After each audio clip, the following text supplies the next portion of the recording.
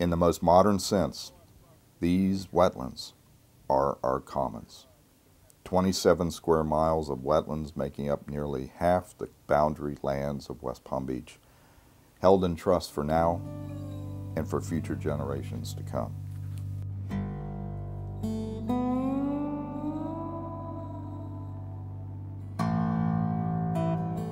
For over a half a century, the health of these commons and the ancestral wetland ecosystems contained within have been managed by the city. Through time, they have been guarded and protected against all elements inside and out that might minimize their value or compromise the endearing attributes they engender. Nothing and no one is exempt from this examination.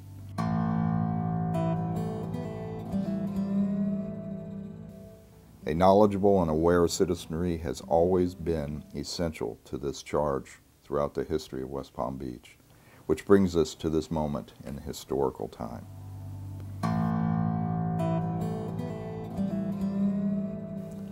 I am here to tell you we have at our boundaries forces that would compromise these ancestral wetlands and their future values. They come in the form of roads, or more precisely highways, 4 lanes, 6 lanes, cloaked in the guise of progress and safety, but tethered in truth to more unbridled growth for growth's sake.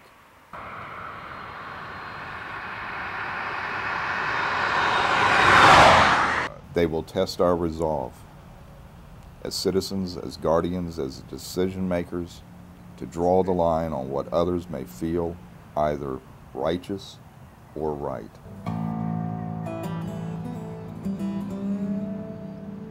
To the south, along the enclaves of Baywinds, Riverwalk, and Andros Isles, Roebuck Roadway extension will sever along a 4-mile stretch wetlands now serving our water supply needs.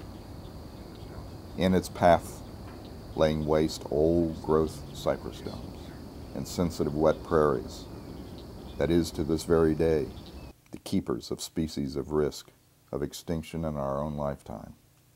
Such is the precarious, perched position of the endangered Everglades snailkite, whose population are now so few that the subtraction of just a few breeding pairs can well determine its decline.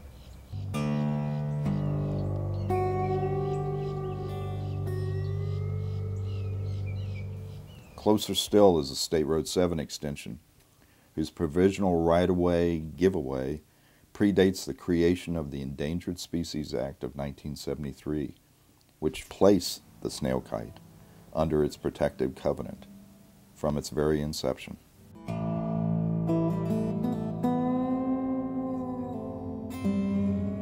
This act is explicit.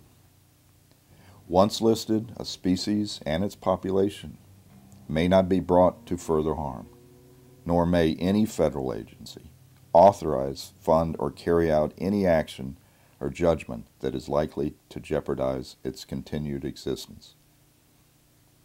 Here, harm has been broadly defined by the Act to include the destruction of habitat.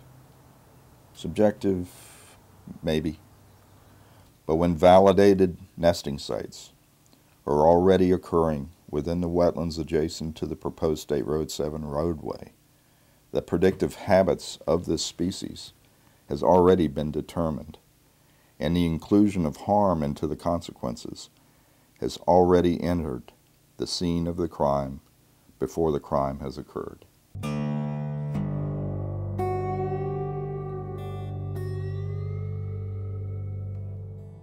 In essence, the 4+ mile stretch of State Road 7, as it threads the needle between Grassy Waters Preserve and Ibis on its way to North Lake Boulevard, will have an array of long-term effects.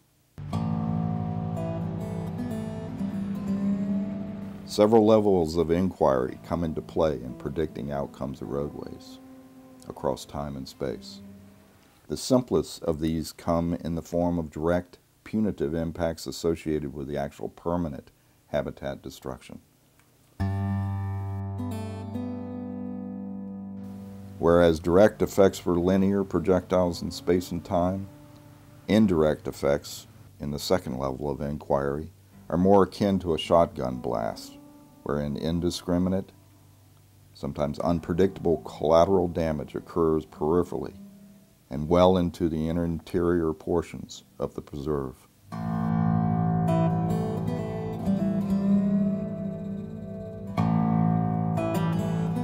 Cumulative impacts, the most far-reaching level of inquiry, is also the most difficult to quantify directly, but are in reality the most insidious, longest lasting, and least examined. Indeed, almost all research on road problems has looked at only one factor or one road's effect within the larger scheme of things at a time. There will be consequences, some obvious, some hidden, some silent. It is paramount that you participate in this ongoing inquiry. We can come together collectively, not by some top-down edict, to decide what is appropriate and right. All that is necessary is that instead of stepping back now, that you step up and step forward and be counted. There are risks. Participate. That is what democracy is all about. The risks are incalculable, but they can be put into predictive terms.